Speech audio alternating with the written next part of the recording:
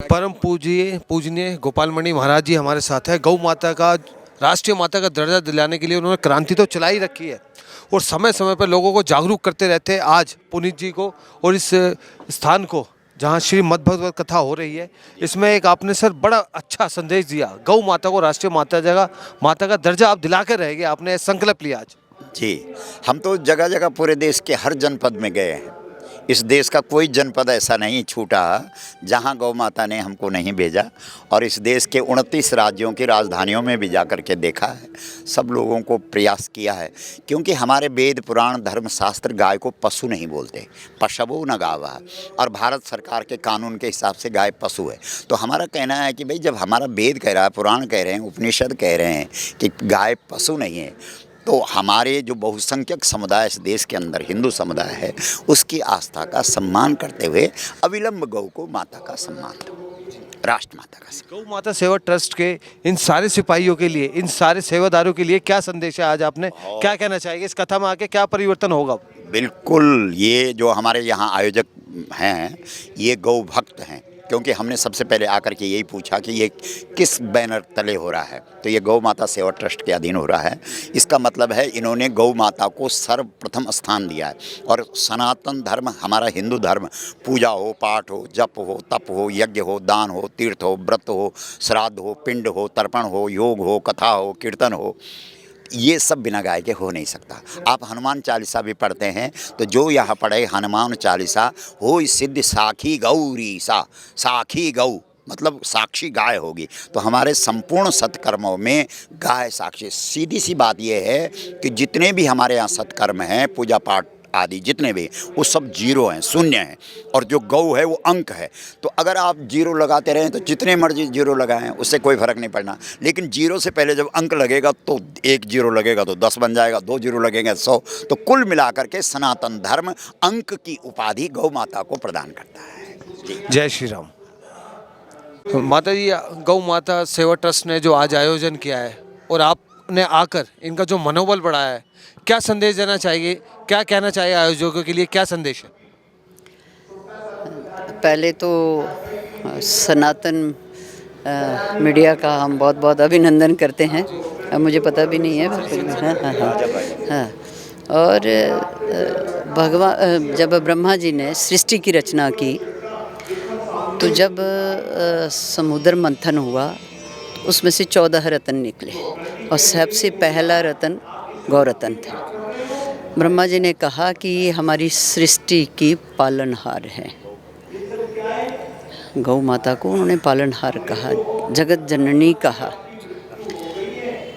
तो जब ब्रह्मा जी ने इतनी बड़ी उपाधि माँ को दी, और हमारे देश में आकर दुष्टों ने हमारी माँ को पशु का दर्जा दे दिया, और हमारी सरकारों ने और कानून ने स्वीकार कर लिया, तो ये दुर्भाग्य की बात है हम सब के लिए।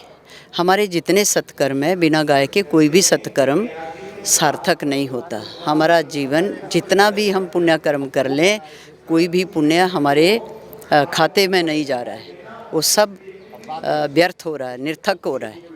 इसलिए कि गाय को जो पशु का दर्जा दिया गया है और गौ हत्या जो हो रही है, उसमें कहीं ना कहीं वो दोष हम सबको लग रहा है कि हम खड़े नहीं हो रहे हैं माँ के लिए। हम सबको एक हो जाना चाहिए, सब सनातनियों को, सब हिंदुओं को एक होकर ये सरकार के सामने निवेदन करना चाहिए कि भाई गौ माता को राष्ट्र माता का सम्मान दो। अभी आपने देखा कि हमारा जो आंदोलन हुआ 20 नवंबर का, हमारे जितने चारों जो जगत गुरु शंकराचार्य जी ने सब ने कहा कि हम गौ माता को राष्ट्र माता का सम्मान देते हैं। हमारे धर्म मंच से गौ माता को राष्ट्र माता का सम्मान मिल गया। अब है कानून की और सरकार की बात है। हाँ, उसके लिए हम सब लोगों को खड़ा होना पड़ेगा। ये जो आंदोलन हो रहा है, क्रांति का मतलब, ये जो आंदोलन हो रहा है, सरकार का विरोध नहीं हो रहा है, सरकार का ध्यान आकर्षित करने के लिए कि गौ माता को राष्ट्र सबसे पहले बिल्कुल मिलनी चाहिए। इसके बिना तो किसी का कोई कुछ भी कर ले, माँ के बिना सब अधूरे हैं। सारे सत्कर्म जितने हैं वो सब व्यर्थ है, निर्थक है। माता जी ने कह दिया सफलता जरूर मिलेगी और प्रयास चल रहा है। अब पुनीत जी को हम श्री श्री गुरु जी का भी खिताब मिल रहा है। आज आपने कथा भी करी, लोगों ने बड़ा आनंद से सुना भी।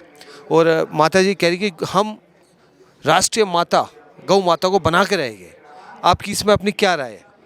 सबसे पहले तो आज श्री राम कथा के प्रथम दिवस पे मुझे परम पूज्य श्री गोपाल मणि जी महाराज का आशीर्वाद मिला और मेरा परम सौभाग्य है कि मैं अपनी परम आराध्य परम श्रद्धेय माँ राजेश्वरी देवी जी के आंचल की छाँव में बैठा हूँ। इनका आशीर्वाद मिला। और अगर हम एक चीज़ देखें कि अभी जैसे कि गोपाल मणि जी महाराज जी ने भी कहा कि गाय पशु नहीं है। जब बच्चा इंसान में प्रवृत्ति में बात करें, बच्चा सबसे पहला शब्द बोलता है माँ, और गाय का बछड़ा भी बोलता है माँ, तो वो पशु कैसे हुआ? तो दोनों ही पशु नहीं है, अपितु अगर वो पशु है तो इंसान भी पशु है। तो इसीलिए गाय राष्ट्रीय माता है, हम सनातन धर्म के लिए राष्ट्रीय माता है। और ये तो अब शंकराचार्य जी बोल ही चुके हैं। तो हम सब ये जब मान लेंगे गाय राष्ट्रीय माता है तो गाय राष्ट्रीय माता है, सरकार को झुकना पड़ेगा जी। हम आपको शुभकामनाएं देते हैं कि जो लहर और जो परिवर्तन आप कर रहे हैं इसमें आपको जल्द से जल्द सफलता मिले और गौ माता को राष्ट्रीय माता का दर्जा मिले। हमारे साथ है गुरुजी संजीव किशोर जी, और गौ माता सेवा ट्रस्ट में आज आयोजकों को मनोबल तो वो बढ़ा ही रहे, शुभकामनाएं भी देना आए। आइए क्या विचार रखते हैं और क्या कहते हैं गुरुजी? बड़े आनंद और प्रसन्नता का ये क्षण है। गौ माता सेवा ट्रस्ट के द्वारा श्रीमद् भागवत कथा का दिव्य और मंगलमय आयोजन यहाँ किया गया है। व्यासपीठ से हमारे अभिन्न श्री दयालु जी महाराज श्रीमद् भागवत का रस वर्षण यहाँ पर करेंगे। 21वीं सदी में वर्तमान में मुझे लगता है गौ माता को बचाना ये केवल गौ माता की दृष्टि से ही नहीं, अपितु संपूर्ण प्रकृति, संपूर्ण पर्यावरण इसके लिए परमावश्यक है। आज जिस प्रकार से ग्लोबल वार्मिंग हो रही है, नेचर चेंज हो रहा है, नाना प्रकार के दुर्भिक्ष अकाल इस संपूर्ण समष्टि पर हो रहे हैं, तो उसके मूल में कहीं ना कहीं गौ माता की उपेक्षा है। वर्षों से गौ माता न केवल हमारी धार्मिक, हमारी सांस्कृतिक, अपितु मैं कहूँ हमारी आर्थिक समृद्धि का भी आधार रही है। इस देश में एक बार तो बैल और हल के ऊपर चुनाव भी लड़े गए हैं। महात्मा गांधी का वचन था कि अंग्रेज़ों से देश आज़ाद तो हो गया, असली स्वाधीनता तब होगी जब भारत की पुण्य भूमि से गौ माता का रक्त गिरना बंद हो जाएगा। हम सब के लिए चिंता का विषय है। सरकार ने बहुत क्षेत्रों में अच्छा काम किया है जिसमें उनकी प्रशंसा की जा सकती है, लेकिन ये हम लोगों की चिंता है, शिकायत के साथ ये अपेक्षा भी है। गौ माता के क्षेत्र में जो अपेक्षाएं हमारी थीं अभी तक उस पर काम नहीं हो पाया है। गौ मांस को एक्सपोर्ट करने की लिस्ट में भी हम प्रथम पायदान पर खड़े हैं। मुझे लगता है गौ माता की उपेक्षा करके राष्ट्र समृद्धि को प्राप्त न कर पाएगा। गौ आधारित कृषि हो, गौ आधारित हमारी चिकित्सीय व्यवस्था हो, ये देश गोमय बने, ऐसा आह्वान मैं करूँगा। गौ माता सेवा ट्रस्ट ने ये बड़ा महनीय प्रयास किया है। ये कार्यक्रम लोगों के हृदय में गौ माता की सेवा की प्रतिष्ठा को प्रतिष्ठित करने वाला होगा, ऐसा मेरा विश्वास है। कथा का दूसरा बड़ा पावन दिन और बड़ा ही अच्छा संदेश, और मथुरा से दूर दूर से लोग आए इस कथा में। क्या कहना चाहिए गुरुजी? दूर दूर से आपके शिष्य भी आए और शुभकामनाएं भी दे रहे थे, क्या संदेश देना चाहिए आज की दूसरे दिन कथा के लिए? दूसरे दिन की कथा में भागवत कथा एक ऐसा साधन है जो मरने के बाद भी मुक्ति को प्रदान कर सकता है। तो अभी हमने भागवत कथा में बताया कि धुंधकारी ने मरने के बाद भागवत कथा सुनी तो परम पद को प्राप्त हो गए। तो यही है कि भागवत कथा जीवन भर कोई भी व्यक्ति छल कपट दंभ पाखंडता से जीवन बिताता रहा, अंत समय में भागवत कथा सुन ले तो भगवत प्राप्ति हो जाती है। भक्तों की संख्या लगातार बढ़ रही है। कल क्या संदेश जाएगा? कल के लिए क्या संदेश है? कल जो है भगवान के भाव से मिलते हैं। विदुर जी के प्रसंग की कथा सुनाएंगे अंतिम चरण में, जो भागवत का अंतिम सत्र रहेगा। तो उसमें बड़ी सुंदर सुंदर कथाएं हैं। कल परीक्षित जी के जन्म की कथा, जिन्होंने मुक्ति के लिए, क्योंकि उनको 7 दिन में मरने का श्राप लगा था, तक्षक नाम सर्प डसेगा, तो चिंतित नहीं हुए, भगवत प्राप्ति के लिए यत्न करने के लिए गंगा जी के तट पर पहुंच गए। वहां आकर के भागवत कथा सुनाए। सुखदेव जी ने। आम आदमी पार्टी के विधायक सोमदत्त शर्मा जी हमारे साथ हैं। गौ माता सेवा ट्रस्ट में ये भी मनोबल बढ़ाने, योगदान और अपने कंधे से कंधा मिलाने के लिए आ चुके हैं। क्या कहना चाहेंगे सर, गौ माता सेवा ट्रस्ट के लिए एक क्रांति चलाई हुई है, गौ माता को राष्ट्रीय माता का दर्जा दिलाना है और मद भगवत कथा में ये संदेश सबसे प्रथम दिया जा रहा है, क्या कहना चाहिए?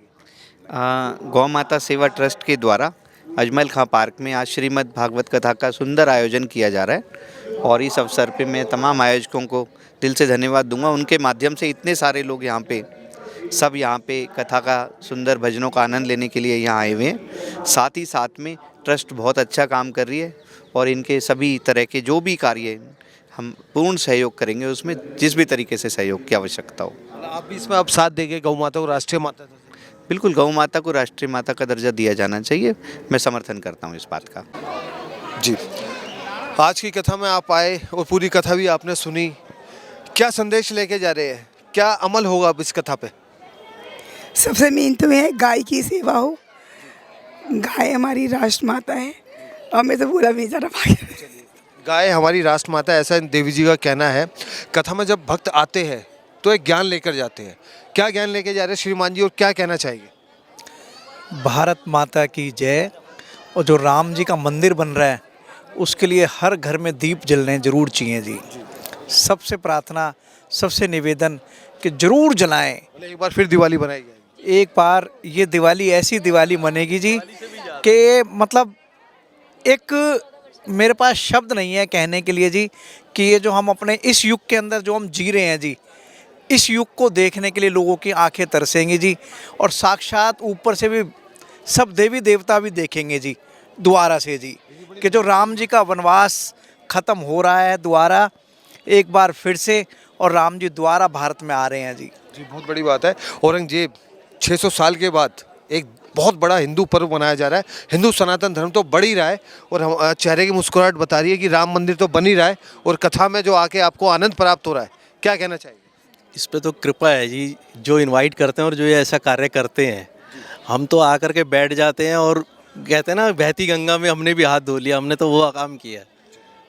नारी शक्तिकरण को भी इस कथा में जो है बढ़ाया जा रहा है और मैं देख रहा हूँ कि आप कथा भी सुनते हैं, नृत्य भी करते हैं और समय निकालना बड़ा मुश्किल है, लेकिन पूरी कथा का आयोजन आप सुनते हैं, क्या कहना चाहिए? बस यही कहना चाहूँगी, ईश्वर की कृपा है भरपूर जो हमें इस लायक बना रखा है कि हम घर भी संभाल रहे हैं, ये भी देख रहे हैं और सब कर रहे हैं। और सबसे बड़ा मैं धन्यवाद दूंगी कि पहले तो 14 वर्ष के वनवास के बाद राम जी आए थे, अब 500 साल बाद आ रहे हैं, इसलिए बहुत बहुत मैं कहती हूँ हर घर में दिवाली मननी चाहिए, दिवाली से बड़ा उत्सव होना चाहिए। जय श्री राम, जय श्री राम। जय श्री राम, यही कहना चाहिए। मैं कहना चाहता हूँ जैसे हम सोच रहे हैं राम राज्य की परिकल्पना, ये एक जीने का स्टाइल होना चाहिए, ना कि इसको खाली हिंदू से ना जोड़े। ये सभी के लिए राम राज्य का मतलब होता है कि जहाँ सभी सुखी हों।